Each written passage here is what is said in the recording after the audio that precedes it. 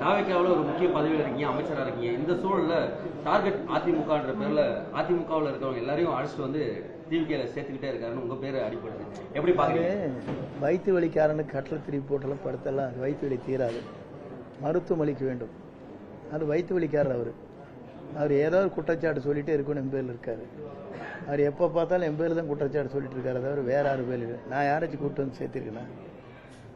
சேர்ந்தவர்கள் என்னிடத்திலே வந்தார்களே தவிர நான் சேர்த்திருக்கேனா? 25 பேர் வருகிற போது நான் இருந்திருக்கிறேனா, சென்றிருக்கிறேனா? அதான் வயிற்று வலிக்காரனுக்கு கட்டளை திரி போட்டு படுத்தெல்லாம் வயிற்று வலி தீராது. அவர் எம்பேது ஒரே வேகத்தில் இருக்கிறார். நான் வெளியே வந்ததற்கு பிறகு அது சரிந்து போயிருப்பதை அவரால் காண முடிகிறது. ஆகவே அந்த வேதனை. அதிமுக ஒரு கட்சி பாரம்பரியமா ஆட்சியில் இருந்திருக்காங்க, எதிர்கட்சியா இருந்திருக்காங்க. இப்ப இருக்கக்கூடிய காலகட்டத்திற்கு அதிமுக தமிழ்நாட்டுக்கு தேவையா இல்ல இப்படி கலைஞர் சரியா? அது இல்ல வேறுங்க. நான் ஒரே ஒரு வரி வேறுங்க. அதிமுக என்பது 2 கொள்கையை வைத்துக் கொண்டிருப்பது. ஒன்று புரட்சி தலைவர், புரட்சி தலைவர் அம்மா வழியில் நடைபெறுகிற தொண்டர்களும் தலைவரும் தான். இன்னைக்கு என் பாக்கெட்ல தான் இருக்கு. இங்க ஜனநாயகம் இருக்கே இல்லையா? அங்க ஜனநாயகம் இருக்கா? அவர் படத்தை பெருசா வச்சவனை கண்டா தான் சிரிக்கிறாரு. பாத்தீங்களா இல்லையா?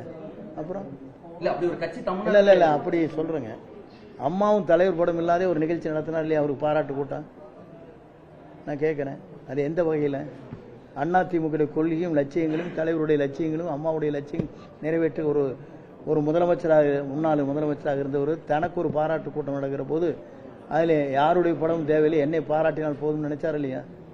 அப்புறம் அது எப்படி கொள்கை ரீதியாகவோ லட்சிய ரீதியாகவோ நம்முடைய இயக்கத்தை காக்க வேண்டிய ஒருவர் எதை செய்திருக்கிறார் என்பதை நாடு தெரிந்து கொண்டிருக்கிறது, நீங்களும் தெரிந்து கொண்டிருக்கீங்க.